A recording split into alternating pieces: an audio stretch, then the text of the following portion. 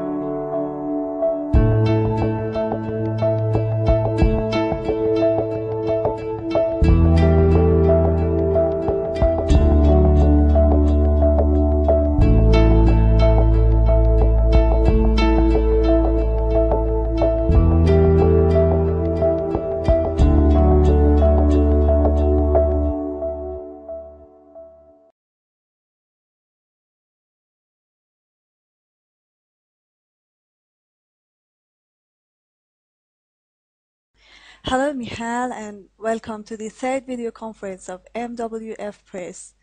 We're going to talk Thank about you. Yemen. Thank you so much for being here with us. We shall start with the first question. Almost 80 days have passed since the start of the aviation invasion of Saudi Arabia and Yemen. Do you think the Saudis have reached their goals so far? For the short answer, no. But to elaborate on that, at least 1,015 people, that's the ones that have been accounted for so far, but it's probably more so far as we are speaking right now. And basically it was to show that Saudi Arabia could act unilaterally, i.e. alone. They failed to do that because they needed a coalition of 10 other states. So that shows that they cannot act unilaterally, militarily, on other states in the Arabian and Iranian Gulf. Secondly, they were there to force Ansar Allah back. They failed. The Houthis, as we speak, retain control in Yemen. And it was to stop Iranian allied forces controlling the oil flow through the Red Sea. They failed in that because Ansar Allah and the other Houthi allied forces took the port on the Red Sea. And if it had succeeded with the first round of airstrikes, what the Saudis call Operation Restoring Hope would not be necessary if it was, as they declared, mission accomplished. And that would be the answer to the first question. Thank you. Thank you so much. All right, as the next question, I want to know why the US, UK, and other so-called human rights keepers support the murder of women and kids in Yemen by the Saudis. Oh, it's just the expected hypocrisy most people around the world expect from the United States of America and Great Britain, because those two states alone are the worst human rights violators anywhere in the globe, and that's even when you take everything into consideration, Saudis, the Israelis, and you wonder who is funding these states and who is arming these states. America and Britain. Also, America killed 100 million Americans in the worst genocide ever.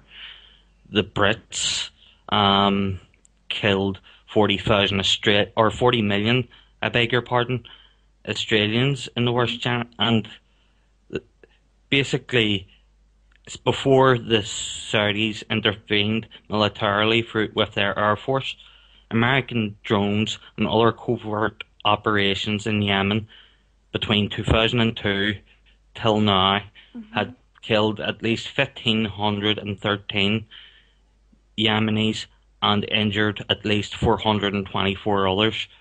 And they were wondering why there is a battle between Ansar Allah on one hand and Al Qaeda and other Takfiri groups on the other.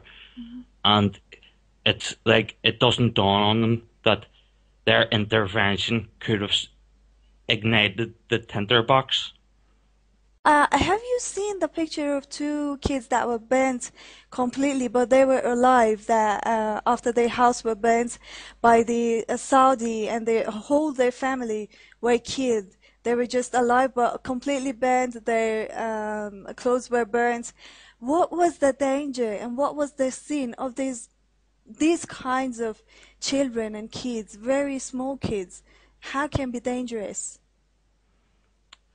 To answer the question, they're not dangerous at all. It's it's more about it's the anti-Iranian alliance, I think, between the Kingdom of Saudi Arabia, Medinat Israel, Great Britain, and United States of America, and in their hardline political and military decisions is basically to keep pushing east, and if the if basically the Islamic Republic of Iran has the audacity to push back, then suddenly it's a catastrophe. And basically they don't want, because they see the Houthis as allied to Iran, they they see this as a way of hit hitting on hitting against Tehran's allies. The same with Syria and al-Ba'ath and Bashar al-Assad. If they thought that if they give the Takfiris a load of money and a load of weapons, they could just overthrow him and erode Ali Khamenei's influence, or Hassan Rouhani's, or Ahmadinejad's before that. But the it hasn't worked so far, and I don't think it's going to yield any strategic advantages for the West or their brutalizing allies in the Middle East. So are they just angry about their failures they had about Iran, I mean?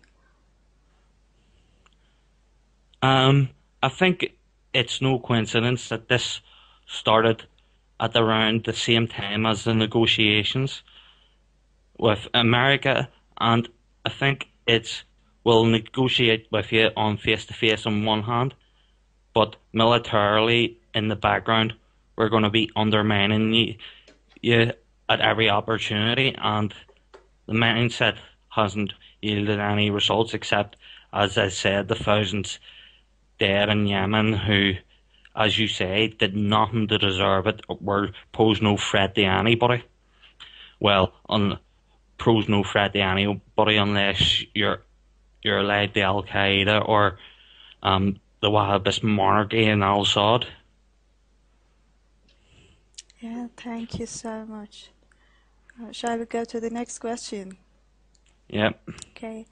Hundreds of terrorists have entered Yemen with the support of Saudi Arabia and some other countries of the region. And some parts of this country, I mean Yemen, has been occupied by Al Qaeda and ISIS. Why the US and Saudi Arabia support the spread of terrorism in countries like Yemen? It is it's something like the previous question, but I need you to answer in general about the whole countries of the region. Well, as I say, the the the quartet support Takfiris such as Al Qaeda, Daesh, and it's no accident. It's deliberate strategy. And Al Qaeda and Daesh were the affiliated operatives of those groups were already in Yemen under Hadi, so they were.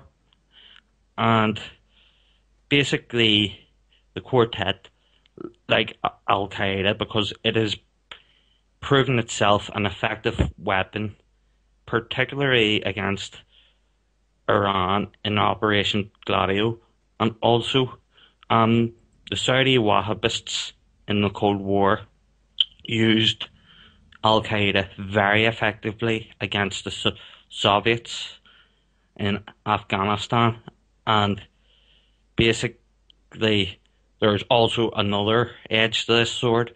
The basically the West and their allies can argue that terror is a rationale for Western expansion and neoconservative interventionism. So basically, oh, there's terrorists there, and let's invade the place, but without mentioning that it was they who armed and funded the terrorists to go there.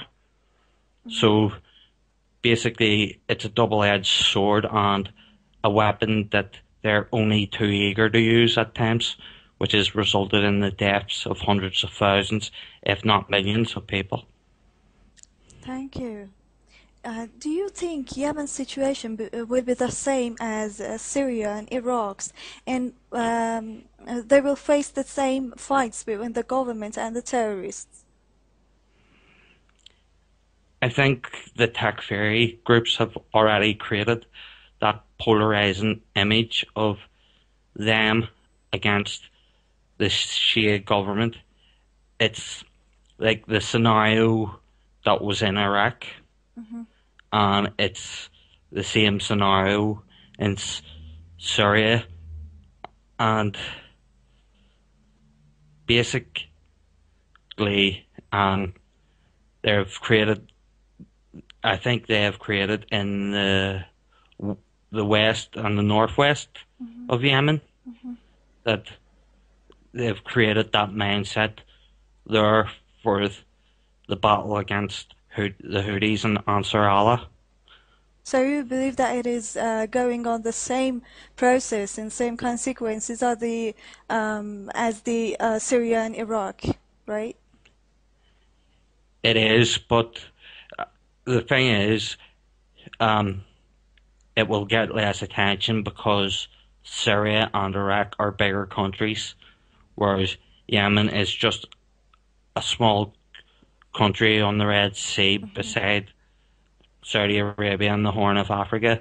It's even further away than Iraq or Syria, the European and Western audiences. So basically, they will give a few minutes on the news and it'll just move on as if it's of no consequence when the same images show the butchery and maiming that the Saudi air strikes have caused.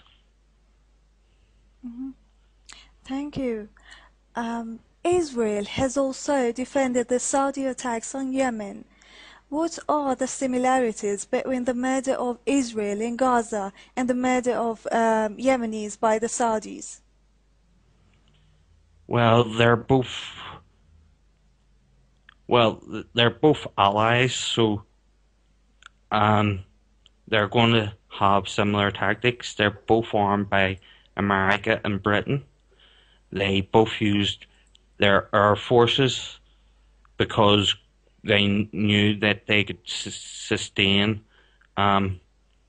many casualties if they went in with ground forces. And so they went for the cowardly way and just get their air force to fly over and shell civilian populaces.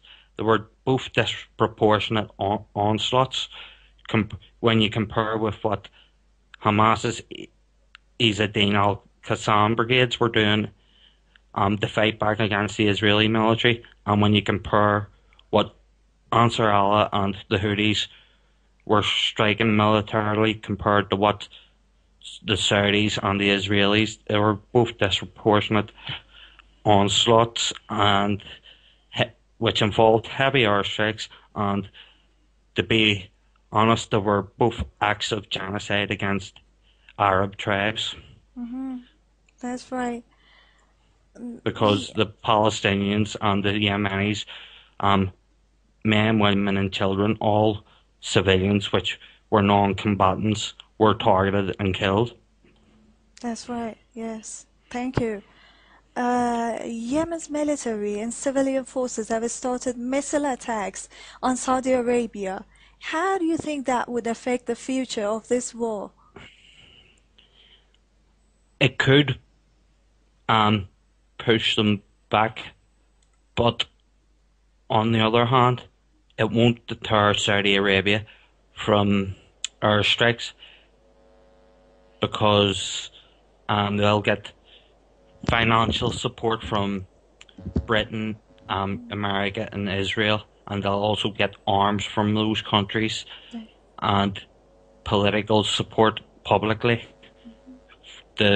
Because I believe that Cameron, Obama, and Netanyahu would all say that terrorism in Yemen is a concern for their security, which is nonsense because I don't even think they're that big of a threat to Saudi security. The only reason they're attacking Saudi Arabia is because Saudi Arabia attacked the Yemens first.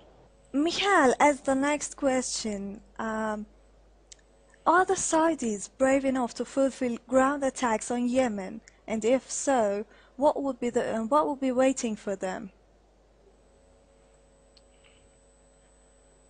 I think there would be a determined populace in Yemen ready to support Ansar Allah and perhaps join and fight for them and other Houthi allied forces.